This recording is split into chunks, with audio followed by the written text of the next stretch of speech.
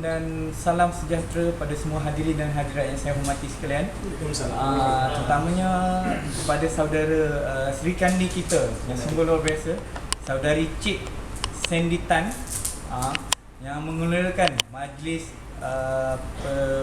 pidato yang akan mengasah bakat saya. Saya akan membawakan satu peristiwa yang mana saya secara bidang terjun, tidak membuat preparasi secara detail. Saya membawa topik peristiwa mengenai perbicaraan Nelson Mandela yang menjadi satu tokoh yang sangat saya kagumi, dan saya cuba jadikan dia satu tokoh yang akan saya contohi di sepanjang perjalanan hidup saya selain pada Rasulullah SAW.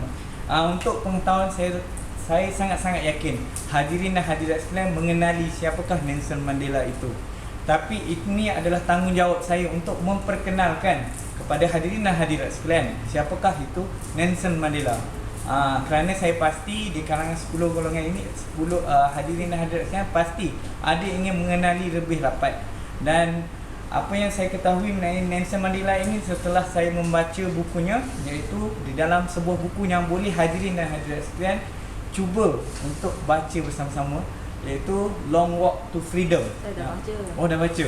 Maknanya saya bakal dihujah oleh Cik Sandy sebentar. Okey.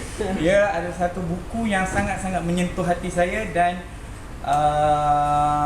jika hadirin dan hadirat sekalian ingin mengenali siapakah Nelson Mandela. Nelson Mandela merupakan seorang presiden di Afrika Selatan yang mana beliaulah presiden yang telah memerdekakan Afrika Selatan daripada dasar apartheid.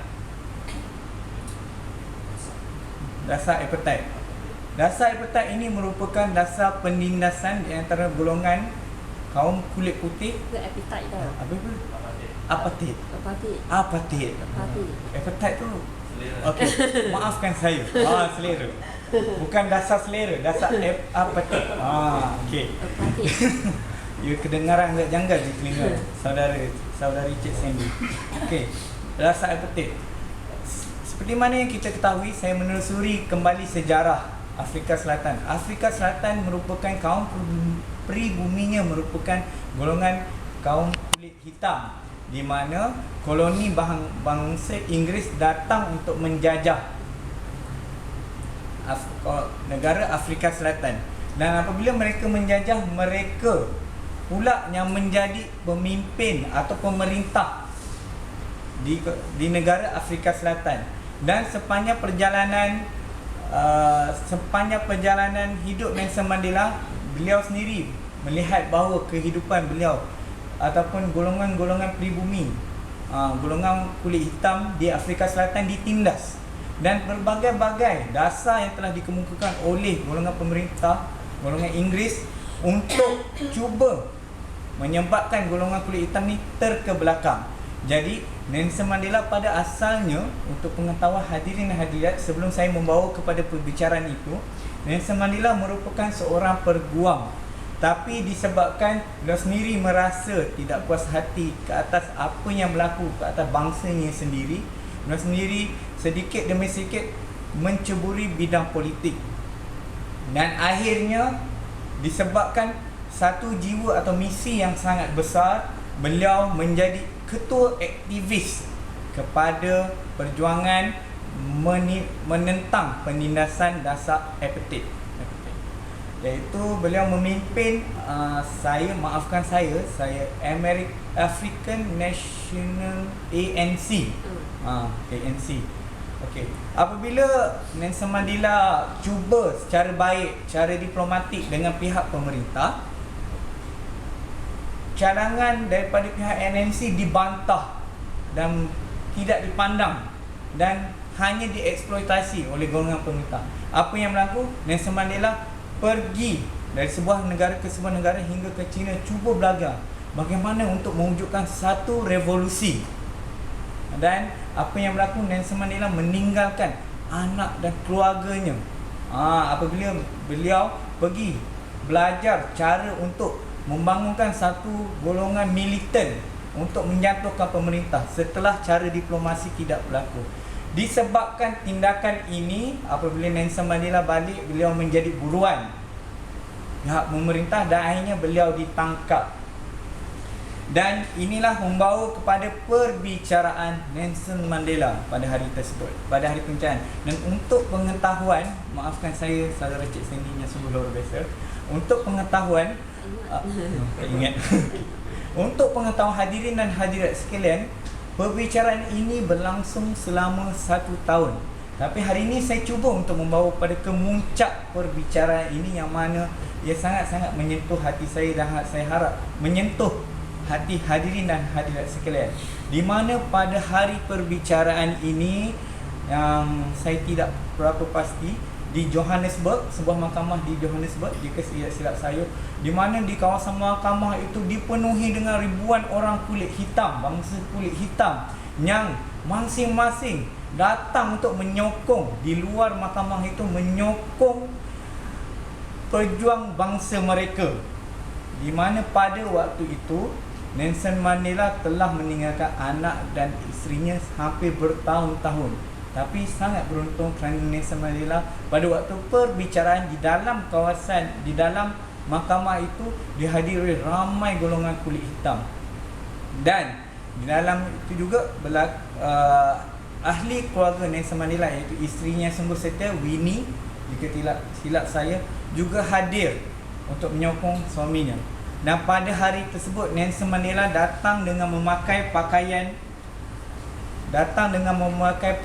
kebudayaan yang dipanggil sebagai Xhosa.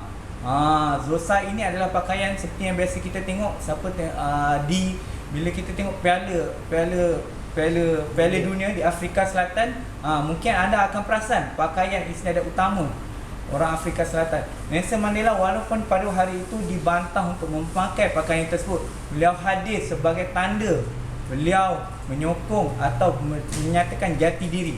Dan pada waktu itu Nelson Mandela membicarakan menjadi peguam pada dirinya sendiri.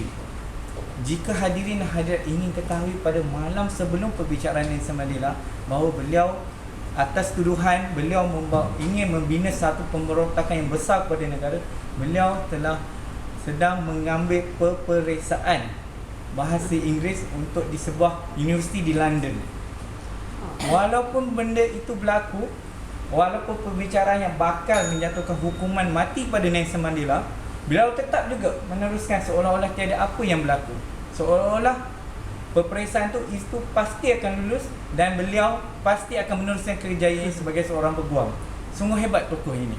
Dan pada waktu perbicaraan itu, beliau dibicarakan oleh seorang hakim yang berkulit putih, yang mana pastinya, saya tidak dapat nyatakan nama, maafkan saya.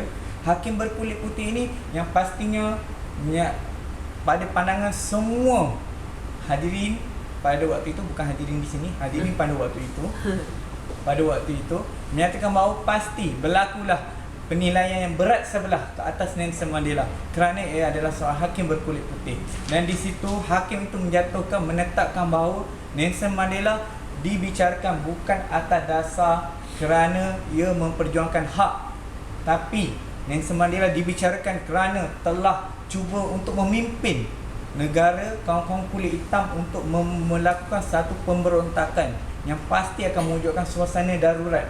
Jika hadirin dan hadirat sekalian melihat hakim ini menetapkan satu tuduhan yang mana kita sendiri, yang mana bukti itu telah dikumpulkan bertahun-tahun, yang mana beliau sendiri pasti tidak akan dapat lari daripada hukuman mati pada hari tersebut.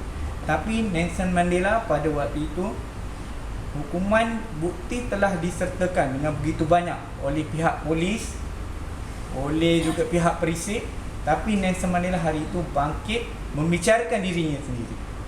Dan Nelson Mandela mungkin berkata seperti ini, bahawa apa yang saya cuba lakukan pada beberapa tahun ini, puluhan tahun ini, bukanlah untuk diri saya. Apa yang saya cuba lakukan adalah untuk membela nasib bangsa saya yang selama ini ditindas. Kaum pribumi merupakan kaum yang merupakan hak yang kukuh mutlak di Afrika Selatan, tapi kaum pribumi ini dinafikan. Lalu saya tidak sanggup untuk melihat perkara ini berlaku lagi.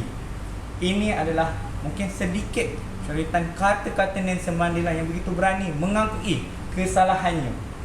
Dan apa yang berlaku, seminit hampir 1 jam ataupun berapa masa yang diberikan setelah perbicaraan yang begitu hangat di antara Nelson Mandela juga hakim, dan dinantikan oleh seluruh penyokong-penyokong Nelson Mandela terdiri pada golongan kulit hitam, hakim menjatuhkan hukuman Nelson Mandela dipenjarakan selama 20 tahun, jika tidak silap saya, maafkan saya, di Robben Island selama 20 tahun.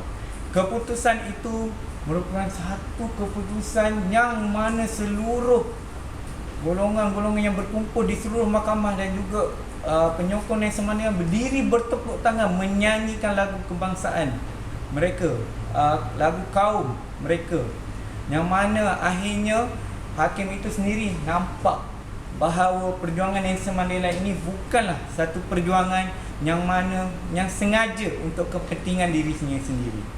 Jadi Nelson Mandela sendiri tidak menjangkakan bahawa, dan beliau pada waktu itu rasa sangat bersyukur kerana hakim yang disangka akan menjatuhkan hukuman mati rupanya menjatuhkan hukuman penjara selama 20 tahun.